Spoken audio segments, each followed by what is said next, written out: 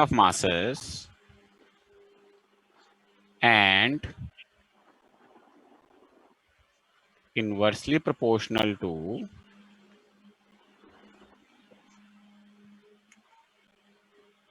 square of separation between them, है ना, square of separation between them.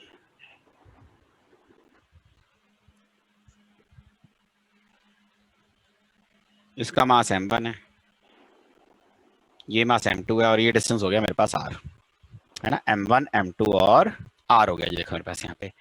तो इनके बीच का जो ये फोर्स है ना बेटा,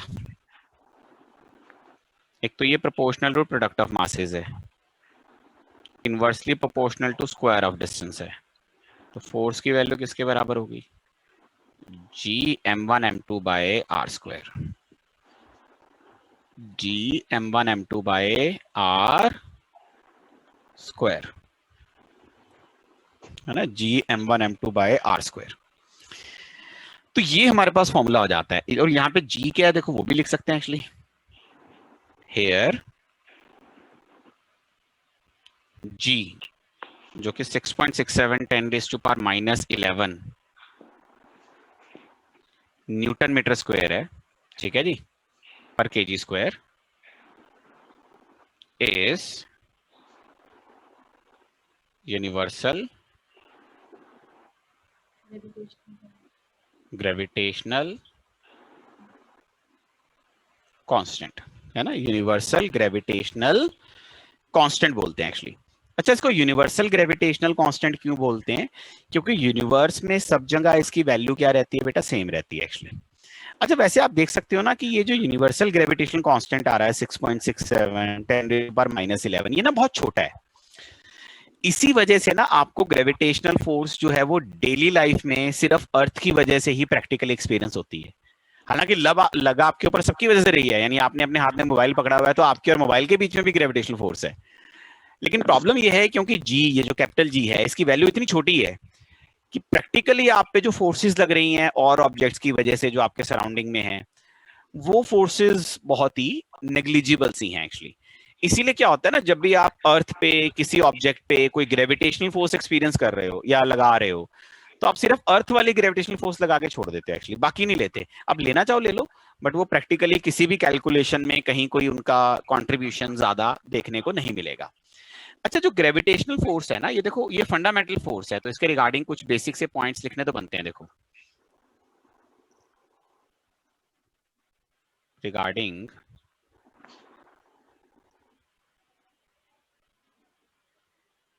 gravitational force, regarding gravitational force, ये देखो जी क्या है यहाँ पे.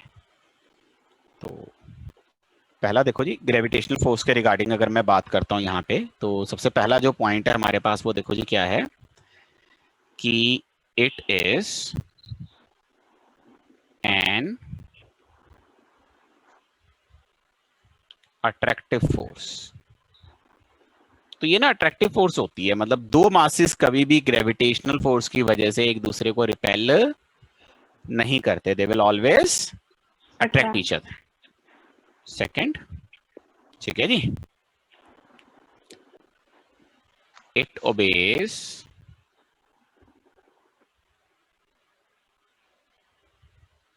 इनवर्स स्क्वायर लॉ, है ना, दैट इज, है ना, it obeys inverse square law, that is, it is inversely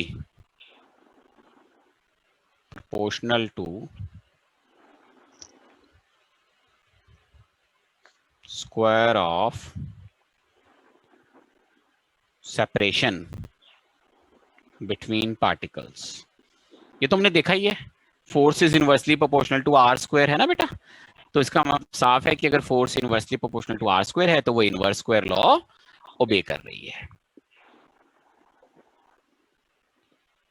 it's range is infinite. देखो, रेंज का मतलब होता है सेपरेशन की वो वैल्यू जिसपे फोर्स जीरो हो जाएगी एक्चुअली. तो आप एक चीज देखो ना यहाँ पे, बेटा आर की वैल्यू बताओ कि एफ जीरो हो जाए. इन्फिनिटी लेनी पड़ेगी ना, तभी जीरो पाएगी ना फोर्स। यानी कोई मास हमसे कितना भी दूर क्यों ना हो, हमेशा हमारी वजह से उस पे और उसकी वजह से हमारे पे ग्रेविटेशनल फोर्स लगती रहेगी, है ना। नॉर्मली ना आजकल नहीं देखने को मिलता, बट मुझे याद है जब हम लोग पढ़ते होते थे तो एक बड़ा फेमस क्वेश्चन रहता होता था। वो क्वेश्चन ये होता था कि when you move your finger you are disturbing the whole universe, explain.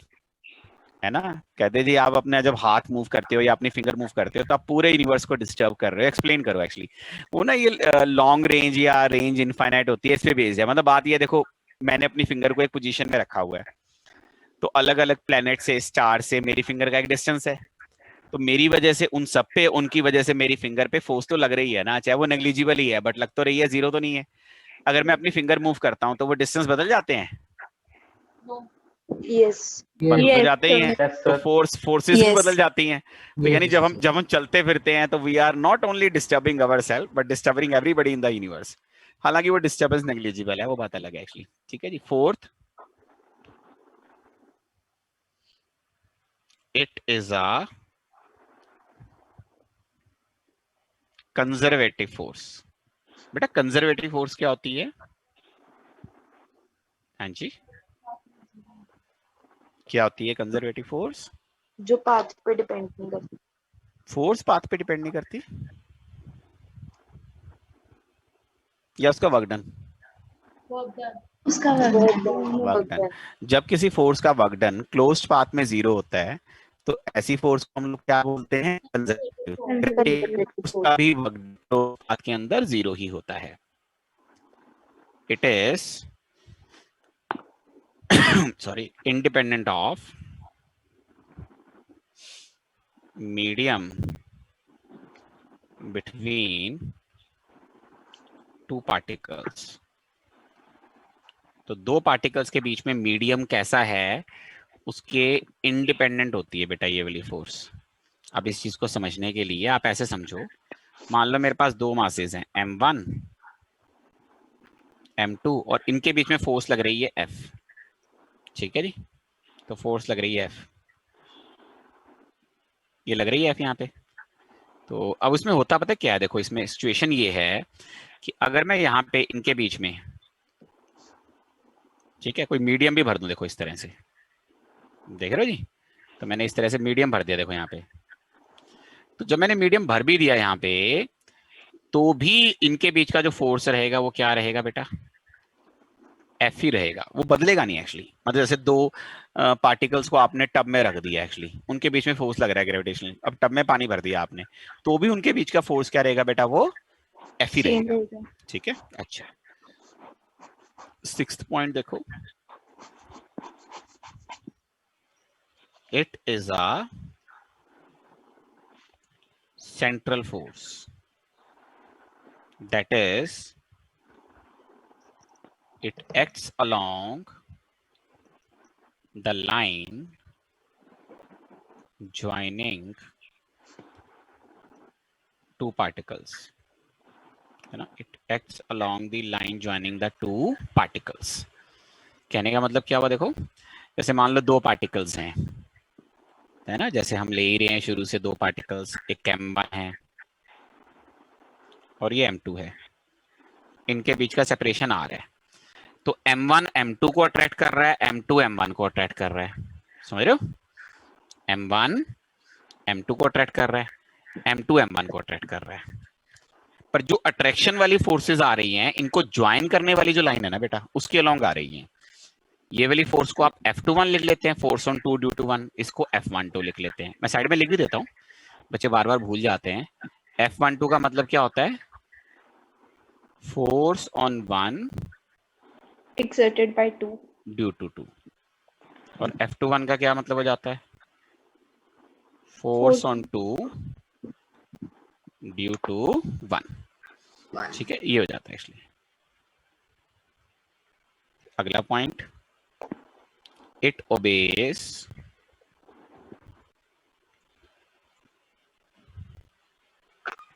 Newton's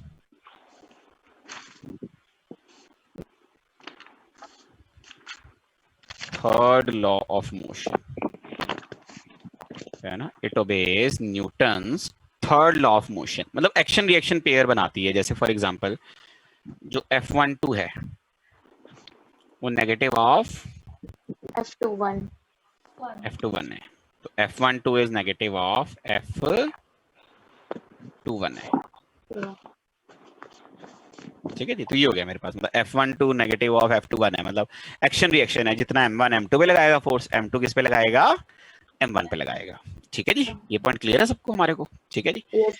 आगे देखो जी, हाँ जी सर कोई ऐसा सेंट्रल जो फोर्स का थर्ड मतलब लॉ क्या होगा? जी, क्या करे बेटा? सेंट्रल फोर्स बेटा आपकी ना आवाज नहीं आ रही मेरे को, आप बोलोगे जरा ध्यान से, क्या बोल रहे हो? सर कोई सेंट्रल फोर्स। सेंट्रल फोर्स में क्या बेटा? हाँ बोलो।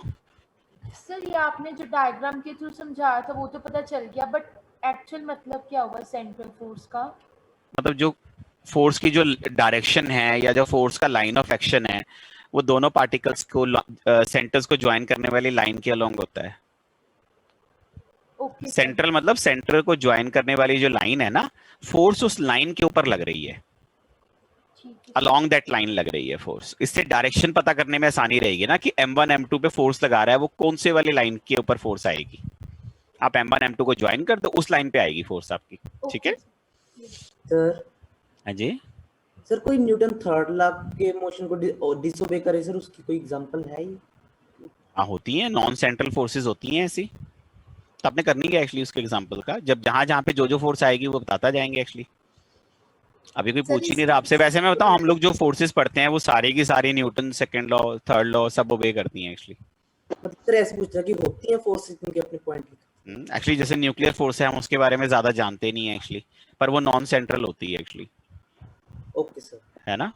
इसी तरह से कुछ मूविंग चार्ज पार्टिकल्स के बीच का जो फोर्सेस होती हैं वो थोड़ा ना चीजें कॉम्प्लेक्स हो जाती हैं एक्चुअली, पर हमें डिफाइन जरूर करना चाहिए हमेशा कि ओबे करती है या नहीं करती है, ताकि मेरे को डाउट उस सेंस में ना रहे, ठीक है।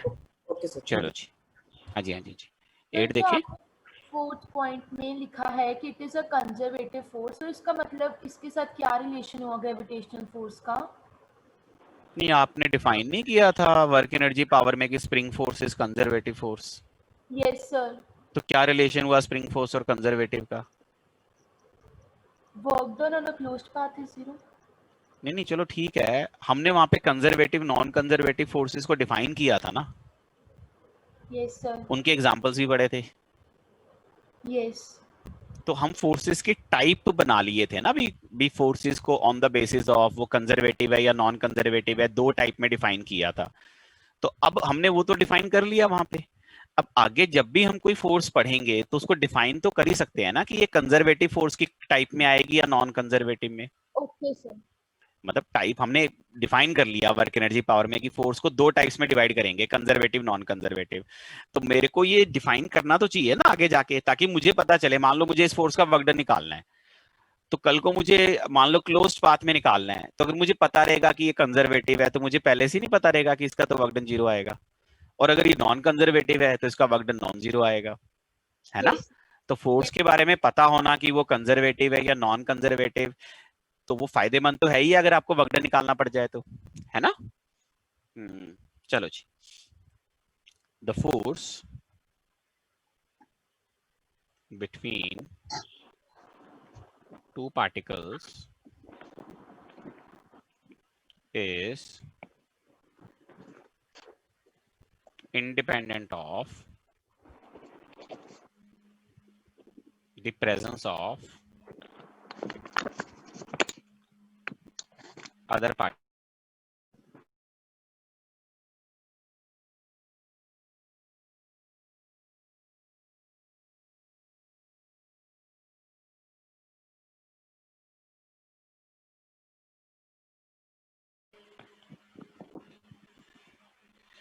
Experiences, yeah, no, sorry, gravitational force obeys superposition principle. Gravitational force obeys superposition principle. Sorry.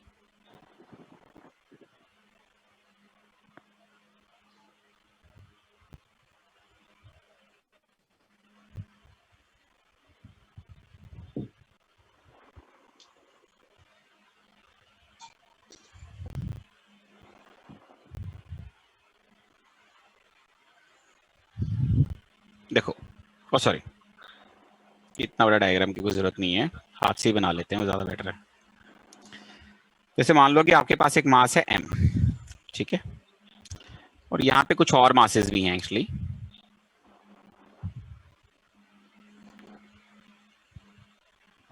ये देखो,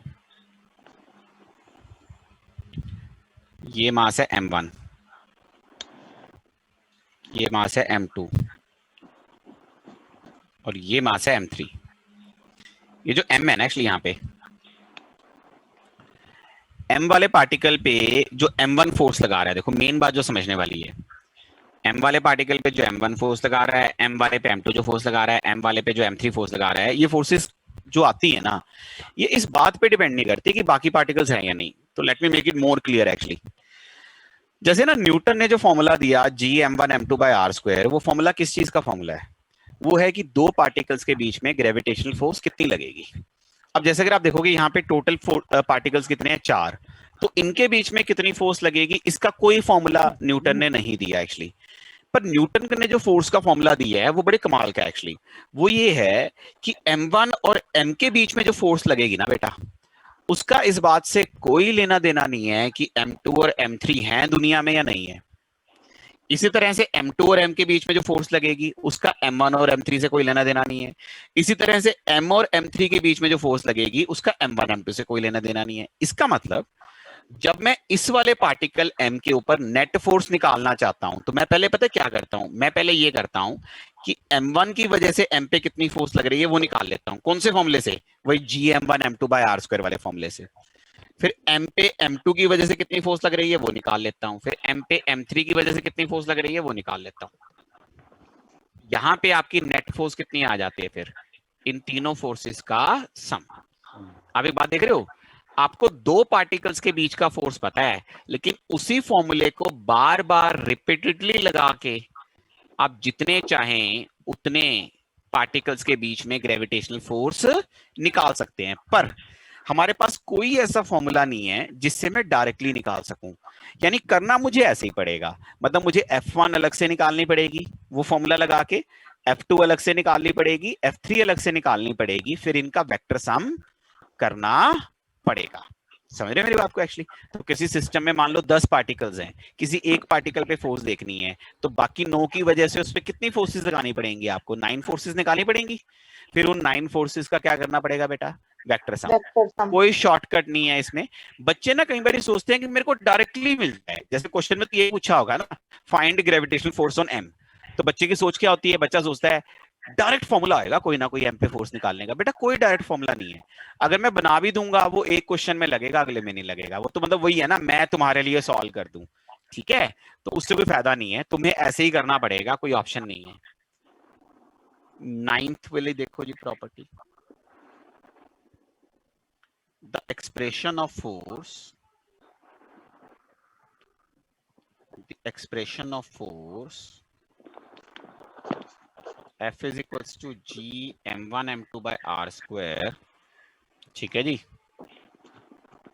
is valid for point masses, is valid for point masses, but we get similar expression, ठीक है जी, for uniform spherical bodies with separation between their centers more than or equal to, ठीक है, more than or equal to sum of their radii, ठीक है जी। अब देखो जी, देखो वैसे तो न्यूटन ने ना अपना जो फॉर्मूला दिया है वो पार्टिकल्स के लिए दिया है। तो अगर आपको किसी बॉडी के लिए निकालना है, जैसे एक स्फेरिकल बॉडी और दूसरी स्फेरिकल बॉडी, तो तरीका पता है क्या है वैसे कंसेप्चुअली? तो तरीका तो देखो बेटा जी ये है कि भैया है यहाँ का एक पार्टिकल पकड़ लो, यहाँ का एक पकड़ लो, उनके बीच का फोर्स लिख लो, फिर टोटल फोर्स निकालने के लिए क्या करो बेटा, इंटीग्रेट करो। कंसेप्चुअली तो वही करना पड़ेगा आपको एक्चुअली। पर ना यहाँ पे अगर आपके पास स्फेरिकल बॉडीज हैं, देखो सेपरेशन आर का मतलब क्या है यहाँ पे मैं बता देता हूँ। देखो आर मतलब इतनी सेपरेशन है, देखो यहाँ पे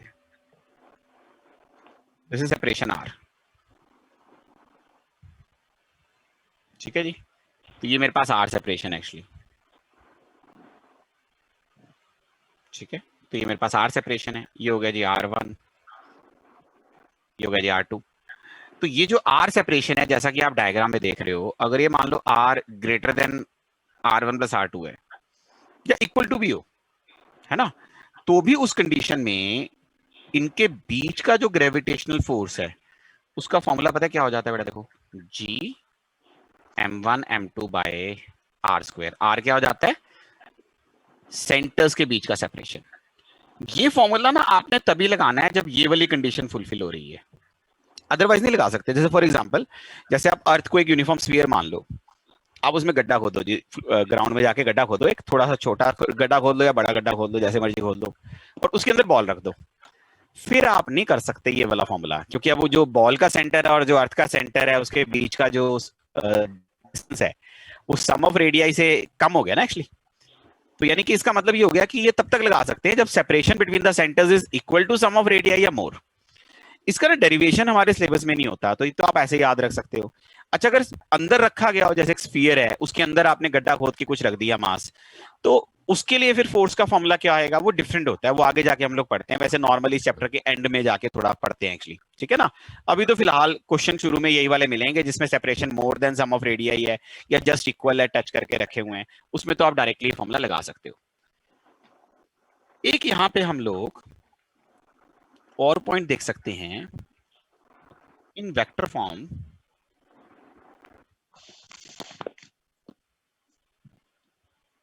gravitational force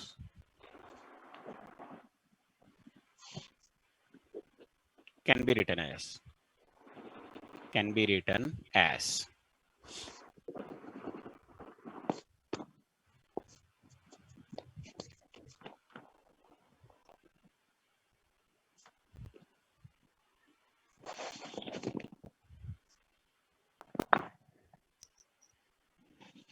देखो जी कैसे लिखेंगे, उससे पहले आप ये समझो, जैसे ये मास m1 है, ये मास m2 है, ठीक है। ये m1 का पोजीशन वेक्टर है जो कि r1 वेक्टर है, ये m2 का पोजीशन वेक्टर है जो कि r2 वेक्टर है, और m1 से इसकी तरफ m2 की तरफ ये मैंने एक पोजीशन वेक्टर ये बनाया हुआ है जो कि r वेक्टर है, ठीक है जी। अब मैं चीज देखो, एक्चुअली सपोज मैं ये देखना चाहता हूं कि m1 की वजह से m2 पे फोर्स कितनी लगी। देखो वो फोर्स इस तरफ लगेगी नहीं लगेगी, लगेगी, अट्रैक्टिव फोर्स है। तो ये फोर्स मेरे पास आ गई F21। अब किसी भी फोर्स को अगर आप वेक्टर फॉर्म में लिखना चाहते हो तो इसको लिखने का तरीका होता है फोर्स का magnitude and unit vector in the direction of force. मतलब कोई भी वेक्टर को आप कैसे लिखते हो, मैग्नीट्यूड इनटू डायरेक्शन, डायरेक्शन मतलब यूनिट वेक्टर। अच्छा, डायग्राम में एक चीज देख के बताओगे कि जो आर वेक्टर है और जो F21 वाला वेक्टर है, क्या ये अपोजिट है या नहीं डायरेक्शन में? हाँ सर, है ना, सर तो अपोजिट हैं तो इनके यूनिट वेक्टर में माइनस साइन आ जाएगा। मतलब जैसे F21 है, F21 यूनिट वेक्टर को माइनस आर का यूनिट वेक्टर लिख सकता हूँ कि नहीं लिख सकता हूँ? यस सर, लिख सकता हूँ, ठीक है। F21 हो गई Gm1 m2 by r square, लिख सकता हूँ ऐसे, और ये हो जाएगा माइनस यूनिट वेक्टर होता है वेक्टर डिवाइड बाय मैग्नीट्यूड, लिख सकते हैं ऐसे। तो कितना हो गया, देखो ये minus Gm1 m2 by r cube, r का वेक्टर ये आ गया। अच्छा, एक चीज देखो जरा ध्यान से, यहाँ पे ट्रायंगल लॉ से ये लिख सकते हैं r vector plus r1 vector is r2 vector, लिख तो सकते हैं। तो r वेक्टर हो गया r2 vector minus r1 vector, इसको वहां सब्स्टिट्यूट कर दो। इसका मतलब ये हो गया minus Gm1 m2 by r cube, ये हो गया r2 vector minus r1 vector, ये हो जाएगा Gm1 m2 by r cube, ये हो जाएगा r1 vector minus r2 vector, ये हो गया जी F21, है ना, दिस इज F21। ये मेरा फोर्स आ गया वेक्टर फॉर्म में। अच्छा, अगर मैं यहाँ पे F12 लिखना चाहता तो क्या करना पड़ता मेरे को? सिर्फ माइनस लगाना पड़ेगा। माइनस नहीं लगाना पड़ता। है ना, तो मतलब अगर मैं यहाँ पे F12 लिख दूं, देखो F12 तो यही नहीं हो जाएगा GM1 M2 बाय RQ, और ये हो जाएगा R2 vector minus R1 vector. ये नहीं हो गया क्यों भाई? This is what it is. Yes sir. यही हो गया ना मेरे पास, ये आ गया जी मेरे पास, है ना। तो ऊपर F21 है, नीचे F12 है, तो ये आ गया जी मेरे पास। एक्चुअली समझ में आ गई बात? ये क्लियर है जी? ऊपर आपने माइनस नहीं लगाया कौन सा माइनस? सर। जी M1 M2 के आगे नहीं आएगा माइनस है जी? सर? यहाँ पे नहीं आएगा जो आपने सेकंड वाला बॉक्स फर्स्ट वाला बॉक्स बनाया है वहाँ पे। यहाँ पे माइनस साइन आना चाहिए। Yes sir. क्यों?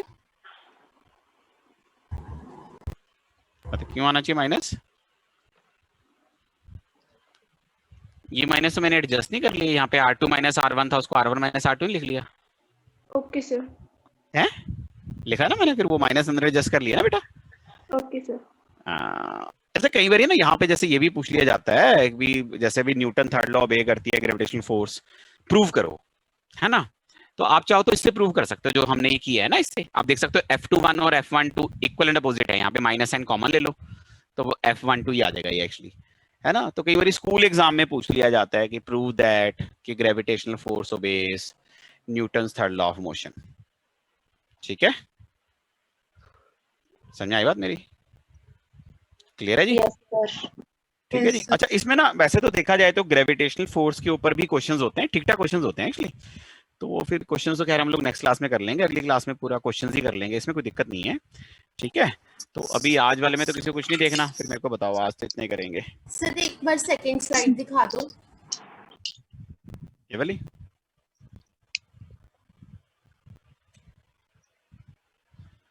सर जी? सर आपने कहा नहीं था अगर कोई अपनी फिंगर हलाए या कोई आप चले तो उससे डिस्टरबेंस हो जाती है यूनिवर्स में। हाँ हाँ, वो तो कहने की बात है। सर जैसे आपने सर 8 पॉइंट लिखाया था कि दो मासेस के बीच फोर्स इंडिपेंडेंट होती है थर्ड मास से। इसका मतलब ये तो नहीं है ना कि तीसरे वाला मास फोर्स नहीं लगा रहा? लगा रहा है। फिर तो नेट फोर्स जब देखोगे तो सारे मासेस की वजह से देखोगे या दो ही मासेस की वजह से लोगे बस? सारे मासेस।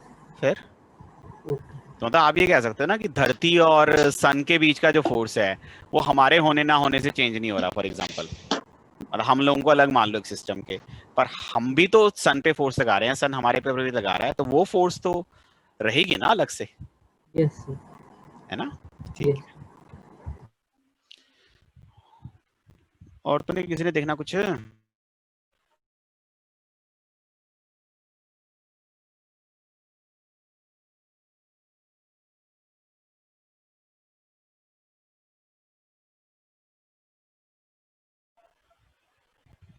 और किसी ने कुछ देखना हो तो?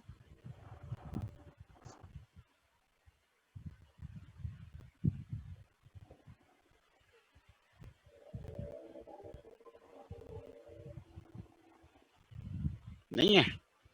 चलो फिर एक काम करते हैं, आज की क्लास यहीं वाइंड अप करते हैं बेटा, बाकी नेक्स्ट क्लास में देखेंगे फिर। ठीक है जी? ठीक है बेटा, ओके बेटा, Thank you, sir. God Bye. Bless.